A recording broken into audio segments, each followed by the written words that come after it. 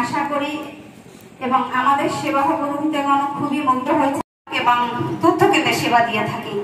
আমরা মূলত যে সেবাগুলো দিয়ে থাকি সেগুলো হচ্ছে শিক্ষা। আজকের এই উঠান বৈঠকে রিসোর্স পার্সন হিসেবে আমাদের মাঝে উপস্থিত আছে ছিল, কিন্তু বর্ষার সিজনে যে কোনো সময় বৃষ্টি হতে পারে সেই আশঙ্কা সামনে রেখে আমরা আমাদের অফিসে এই অনুষ্ঠানটি আয়োজন করছি, যার জন্য আমরা জামান কর্মী মহোদয়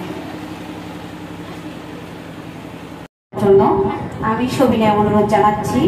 গণপ্রজাতন্ত্রী বাংলাদেশ অতিথি হিসেবে আসন গ্রহণ করার জন্য অনুরোধ জানাচ্ছি। অনুষ্ঠানের শুরুতেই স্বাগত বক্তব্য। আর কারো কিছু বলার আছে? আজকে যে আয়োজন এটাকে আমরা বলছি উঠান বৈঠক।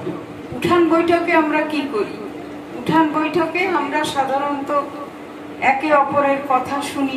যে স্যার আসলে এত সুন্দরভাবে আজকে সারাদিনে স্যারের যতগুলো প্রোগ্রাম ছিল স্যার সব অনেক রকমের সেবাই দেওয়া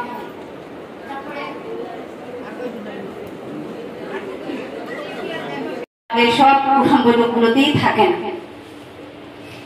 প্রধান অতিথি মহোদয়ের জ্ঞাতার্থে আমরা এই পর্যন্ত ডোর টু ডোর সেবা প্রদান করেছি 36,993 জন।